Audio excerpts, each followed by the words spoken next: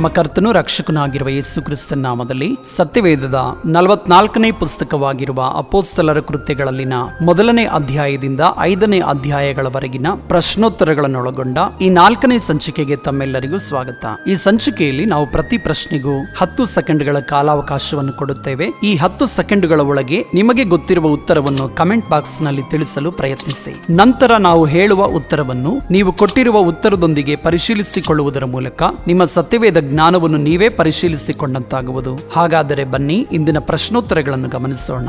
ಮೊದಲನೆಯ ಪ್ರಶ್ನೆ, ಅಪೊಸ್ತಲರು ಮತ್ತು ಅವರೊಂದಿಗಿದ್ದ ಕೆಲವು ಮಂದಿ ಮೇಲಂತಸ್ತಿನಲ್ಲಿ ಕೂಡಿ ಏನು ಮಾಡುತ್ತಿದ್ದರು?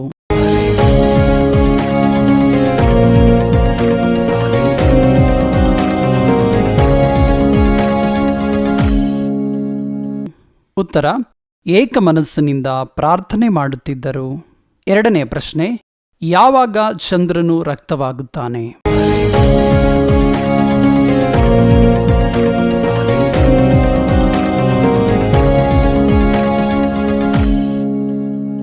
ಉತ್ತರ, ಕರ್ತನ ಆಗಮನದ ಮಹಾದಿನದ ಮೊದಲು.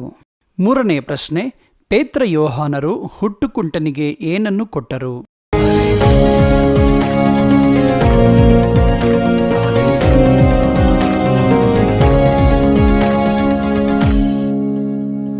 ಉತ್ತರ, ಯೇಸುವಿನ ನಾಮದಲ್ಲಿ ದೊರಕುವ ಸ್ವಸ್ಥತೆಯನ್ನು ಕೊಟ್ಟರು. ನಾಲ್ಕನೆಯ ಪ್ರಶ್ನೆ, ಕರ್ತನ ಆತ್ಮನನ್ನು ವಂಚಿಸಿದ ಅನನೀಯನು ಏನನ್ನು ಅನುಭವಿಸಿದನು?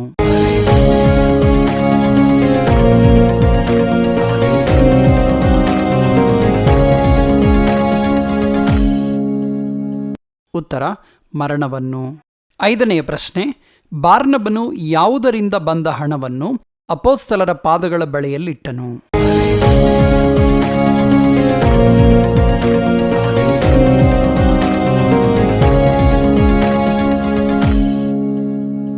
ಉತ್ತರ, ಭೂಮಿಯನ್ನು ಮಾರಿದ್ದರ ಹಣವನ್ನು. ಆರನೆಯ ಪ್ರಶ್ನೆ, ಯೇಸುವಿನ ಹೆಸರಿನಲ್ಲಿ ಸ್ವಸ್ಥತೆಯನ್ನು ಹೊಂದಿದ ಹುಟ್ಟುಕುಂಟನು ಎಷ್ಟು ವರ್ಷದವನಾಗಿದ್ದನು?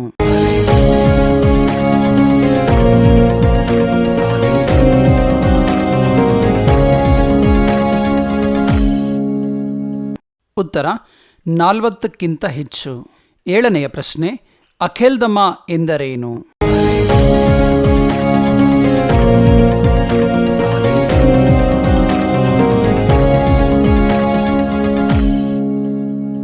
ಉತ್ತರ, ಜೀವಹತ್ಯದ ಹೊಲ. ಎಂಟನೆಯ ಪ್ರಶ್ನೆ, ನಜರೇತಿನ ಯೇಸುವಿನಿಂದ ತಂದೆಯಾದ ದೇವರು ಯಾವ ಯಾವ ಕಾರ್ಯಗಳನ್ನು ನಡೆಸಿದನು?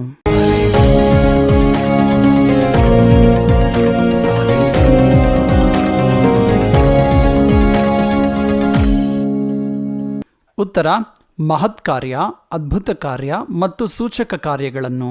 ಒಂಬತ್ತನೆಯ ಪ್ರಶ್ನೆ, ಪೇತ್ರ ಯೋಹಾನರು ಹುಟ್ಟುಕುಂಟನಿಗೆ ಏನನ್ನು ಕೊಡುತ್ತೇವೆಂದು ಹೇಳಿದರು?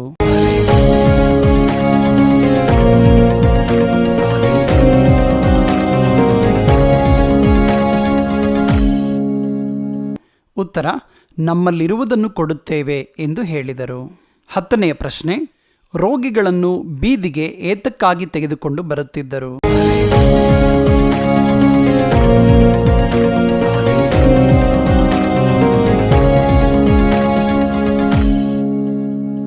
ಉತ್ತರ, ಪೇತ್ರನ ನೆರಳು ರೋಗಿಗಳ ಮೇಲೆ ಬಿದ್ದರೆ ಅವರು ಗುಣವಾಗುತ್ತಿದ್ದರೆಂದು ತಿಳಿದು ತೆಗೆದುಕೊಂಡು ಬರುತ್ತಿದ್ದರು. ಸತ್ಯವೇದದ ಪ್ರಶ್ನೋತ್ತರಗಳನ್ನೊಳಗೊಂಡ ಈ ರೀತಿಯ ಸಂಚಿಕೆಗಳು ಪ್ರತಿ ಬುಧವಾರ ಸಂಜೆ 6 ಗಂಟೆಗೆ ಕೃಪಾ ಸಮೃದ್ಧಿ ವಿಜಯ್ ಪಾಲ್ ಎಂಬ ಯೂಟ್ಯೂಬ್ ಚಾನೆಲ್ನಲ್ಲಿ ಪ್ರಸಾರ ಮಾಡಲಾಗುವುದು. ಈ ಸಂಚಿಕೆ ನಿಮಗೆ ಇಷ್ಟವಾದಲ್ಲಿ ಲೈಕ್ ಹಾಗೂ ಈ ಚಾನೆಲ್ಗೆ ಸಬ್ಸ್ಕ್ರೈಬ್ ಮಾಡಿಕೊಳ್ಳುವುದರ ಮೂಲಕ ನಮ್ಮನ್ನು ಪ್ರೋತ್ಸಾಹಿಸಿ. ಈ ಸಂಚಿಕೆಗೆ ಸಂಬಂಧಪಟ್ಟ ಸಲಹೆ ಸೂಚನೆಗಳನ್ನು ಮತ್ತು ನಿಮ್ಮ ಅಮೂಲ್ಯವಾದ ಅಭಿಪ್ರಾಯಗಳನ್ನು ಕಮೆಂಟ್ ಬಾಕ್ಸ್ನಲ್ಲಿ ಕಮೆಂಟ್ ಮಾಡುವುದರ ಮೂಲಕ ಅಥವಾ 8050163607 ಎಂಬ ನಂಬರ್ಗೆ ವಾಟ್ಸಪ್ ಮಾಡುವುದರ ಮೂಲಕ ತಿಳಿಸಬಹುದು.